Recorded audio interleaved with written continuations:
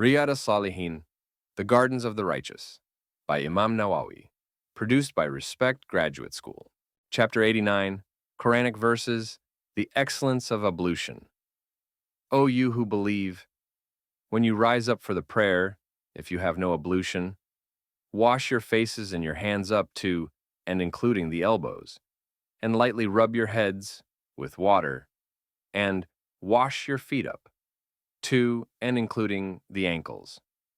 And if you are in the state of major ritual impurity, requiring total ablution, purify yourselves by taking a bath. But if you are ill or on a journey, or if any of you has just satisfied a want of nature, or if you have had contact with women and can find no water, then betake yourselves to pure earth, passing with it lightly over your face and your hands and forearms, up to and including the elbows. Allah does not will to impose any hardship upon you, but wills to purify you of any kind of material and spiritual filth, and to complete His favor upon you, so that you may give thanks from the heart and in speech and action by fulfilling His commandments. Al-Ma'idah 5:6. Hadith number 508, narrated in Sahih al-Bukhari, Wudu 3, Sahih Muslim, Tahara 35. Abu Huraira, may Allah be pleased with him, said, I heard the Messenger of Allah, peace and blessings be upon him, say, on the day of rising, my community will be called those with white blazes on their foreheads and limbs from the effects of wudu. So whoever of you can increase the extent of the whiteness should do so. Hadith number 509, narrated in Sahih Muslim, Tahara 32. Abu Huraira, may Allah be pleased with him, reported that the Messenger of Allah, peace and blessings be upon him, said, when the Muslim does wudu and washes his face, every wrong thing at which his eyes have looked leaves with the water, or with the last drop of water. When he washes his hands, every wrong thing which his hands have touched leaves with the water, or with the last drop of water.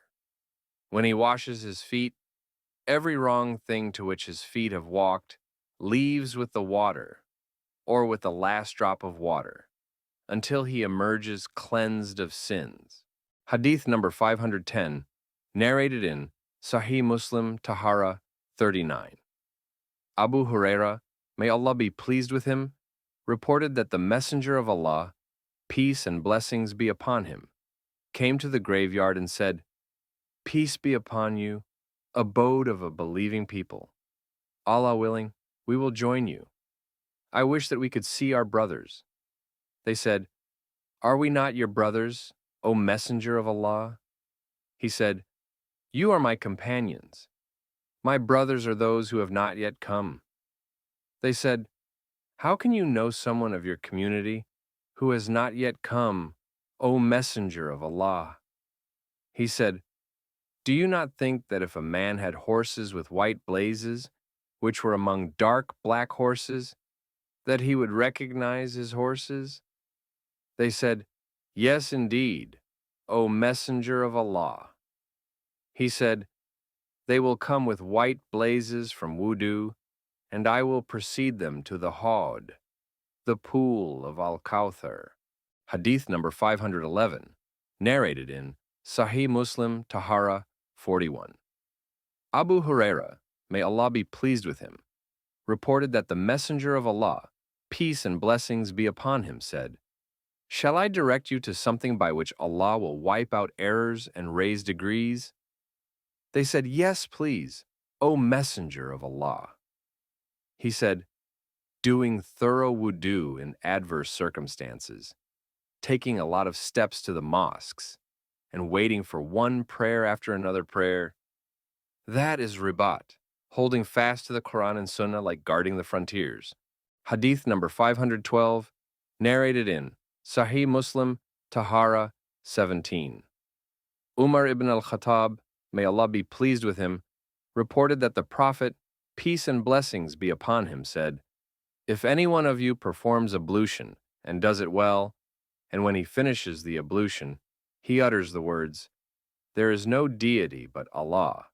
He has no associate, and I testify that Muhammad is his servant and messenger," the 8 doors of paradise will be opened for him.